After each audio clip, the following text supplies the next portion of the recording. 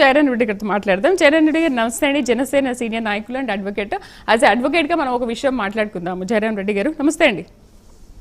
నమస్తే నమస్తే మీకు ప్యానెల్ లో ఉన్న పెద్దలందరికీ నమస్తే.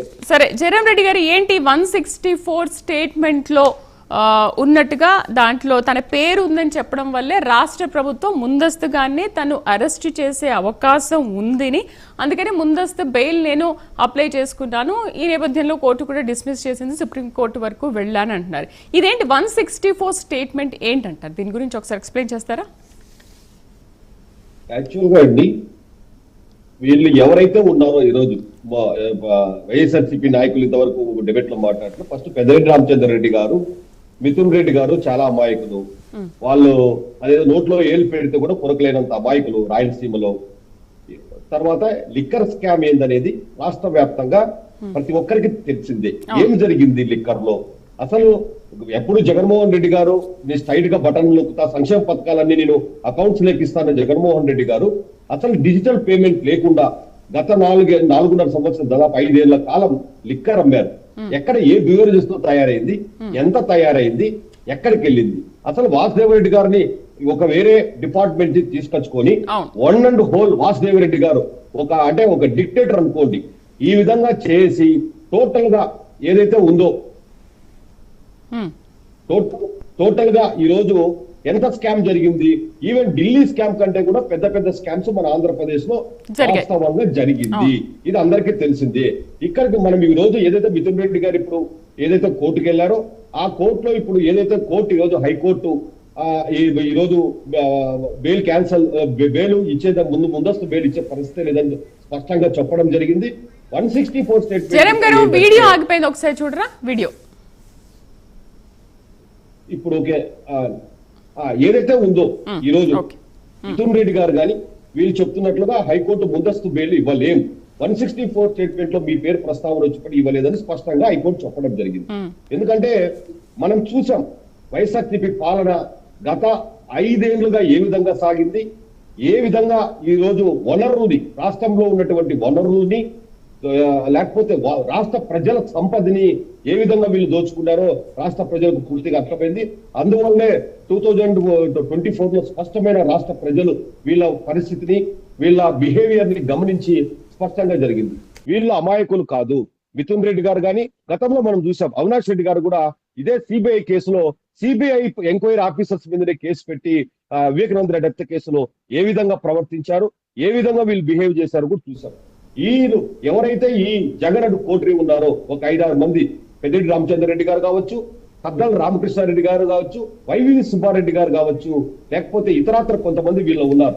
వీళ్ళందరూ కలిసి రాష్ట్ర సంపదని వనరుల్ని పూర్తిగా దోచుకున్నారు, లక్షల కోట్లు స్కామ్ చేస్తారు. వీళ్ళు ఎప్పుడు టాపిక్ డైవర్ట్ చేస్తుంటారు, స్ట్రైట్ ఫ్లైట్ లైక్ రారు వీళ్ళు ఎవరు వైఎస్ఆర్సీపీ నాయకులు. మీరు ఎప్పుడైనా చూసుకోండి, వీళ్ళని మైండ్ గేమ్స్ ఆడతారు.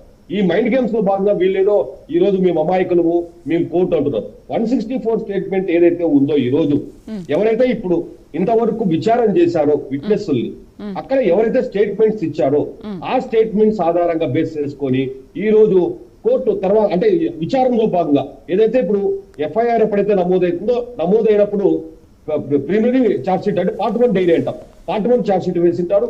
సబ్సిక్వెంట్ గా ఏదైతే 164 డెవలప్మెంట్ వచ్చిన తర్వాత సబ్సిక్వెంట్ గా మనము యాడింగ్ చేసుకొని ఇన్వెస్టిగేషన్ లో భాగంగా పార్ట్ 2 సిడి అంటాం.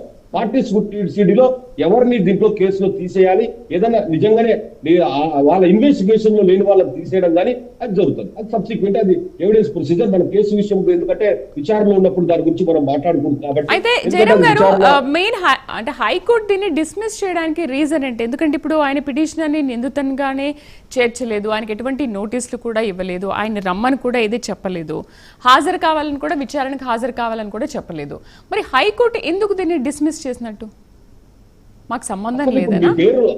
అదే అండి. ఇప్పుడు ఇంకోటి ఏమంటే గుమ్మడికాయలు దొంగ అంటే భుజాలు తరుముకున్నట్లుగా మిథున్ రెడ్డి గారు కోర్టుకు వెళ్ళి నాకు ముందస్తు బెయిల్ ఇమ్మన్నాడు. కోర్టు వారు ఏం చెప్తున్నారు, అయ్యా ఏమైనా ఎఫ్ఐఆర్ లో మీ పేరుందా, ఎక్కడైనా సిబిఐ ఈ రోజు మీకు ప్రస్తావన తెచ్చిందా, మీరు ఎందుకు వస్తున్నారు? ఒకవేళ నిజంగా మీ మీద ఏదైతే క్రైమ్ ఫిక్స్ అవుతుందో, ఎప్పుడైతే మిమ్మల్ని అక్యూజ్డ్ గా చూపిస్తారో, లేకపోతే ఇప్పుడు సపోజ్ అండి నేను కూడా పోయి ఇప్పుడు హైకోర్టులో పోయి పిటిషన్ వేసుకొని నాకు సిబిఐ అరెస్ట్ చేస్తారో లిక్కర్ కేసులో బెయిల్ ఇవ్వమంటే కోర్టు ఏం చెప్తుంది? ఎవరు పెడితే వాళ్ళు ఇంకా రాష్ట్రంలో ఉండే వాళ్ళని తప్ప మీకు బెయిల్ వేసుకోండి బట్టి ఏం సంబంధం? ఎవరైతే సంబంధం ఉందో వీళ్ళు ఏమంటున్నారు, మమ్మల్ని ముందుగా ఎక్కడ కేసులో పెడతారో ఆ లక్షల కోట్లు అసలు ఈ భూ అరేంజర్స్ అన్ని ఎవరు? మిథున్ రెడ్డి గారు కదా బెదిరించింది, రాష్ట్ర ప్రజలు తెలీదా? అమాయకులు అనుకుంటున్నారా?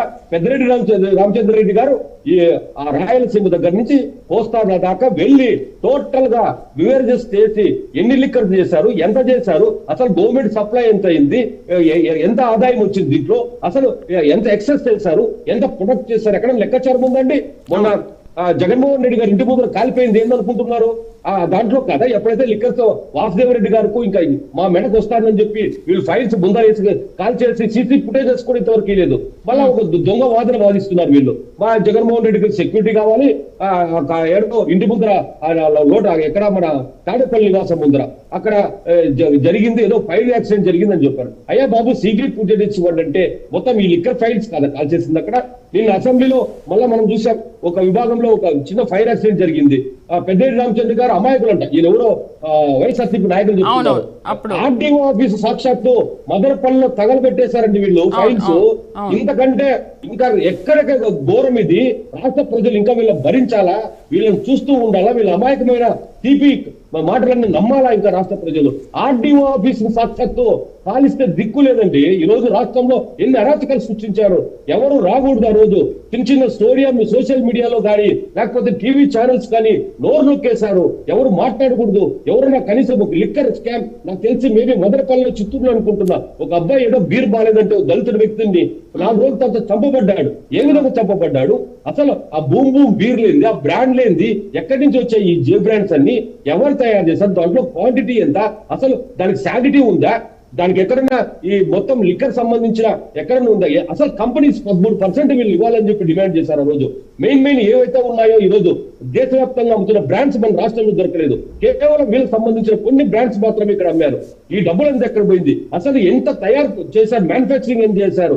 ఎంత డిస్పోజ్ చేశారు? అసలు డిజిటల్ పేమెంట్స్ ఎందుకు లేదు? వీటన్నిటికీ వీళ్ళ దగ్గర ఆన్సర్ లేదు. అందుకోసమే మిథున్ రెడ్డి రోజు గుమ్మడికాయలు దొంగ అంటే భుజాలు ధరుపుకున్నట్టుగా హైకోర్టుకి వెళ్తే, హైకోర్టు ఎవరు పెడితే వాళ్ళకి బెయిల్ ఇచ్చుకుంటే ఎట్లా వెళ్తుందండి? కంపల్సరీ 164 లో మీ ప్రస్తావన స్టేట్మెంట్ లో వచ్చిందని మీరు చెప్తున్నారు, కానీ కోర్టు వారు స్పష్టంగా ఉన్నారు. అసలు మీకు ఎఫ్ఐఆర్ లో మీ పేరు లేదు, లేదా సబ్సిక్వెంట్ గా ఛార్జ్ షీట్ లో మీ పేరు వస్తే అప్పుడు రండి, విచారణ మీరు పోవాల్సిందే.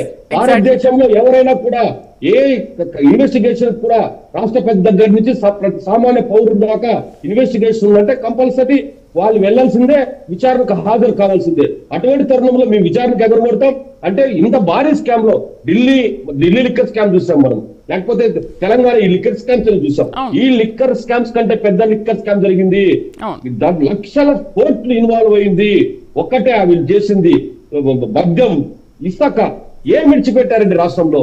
కొండలు, గుట్టలు, మట్టిని తవ్వేశారు. ఏం విడిచిపెట్టారు? ప్రభుత్వ భూములు, ప్రజా సంపద ఏం విడిచిపెట్టారు? మోహన్ రెడ్డి గారు మళ్ళీ ఇంకోటి ఏదో చెప్తున్నారు, వాళ్ళే సాక్షాత్ ఒప్పుకున్నారని. 7 లక్షల కోట్లు అప్పు అంటే ఏది? డైరెక్ట్ మనం అప్పు తెచ్చుకునింది, మనం తాకట్టు పెట్టింది ఉంది. ఇక్కడ తాకట్టు పెట్టాం మనం ప్రభుత్వ ఆస్తులన్నీ. వాటి గురించి లెక్కాచారం చెప్పట్లేదు. పైవల్ కేసు గారు ఏదో చెప్పారు. వీళ్ళు దొంగ అంతా ఎంత ఎట్లుంటారంటే వీళ్ళు ఎప్పుడు మైండ్ గేమ్స్ ఆడుతుంటారు, టాపిక్ డైవర్ట్ చేస్తుంటారు. ఇప్పుడు మనం తాకట్టు పెట్టింది 6 లక్షల కోట్లు తాకట్టు పెట్టారండి ప్రభుత్వ ఆస్తులు. వాటికి వడ్డీ కట్టాల్సిందే కదా మనము. వాటి గురించి మాట్లాడారేంటి?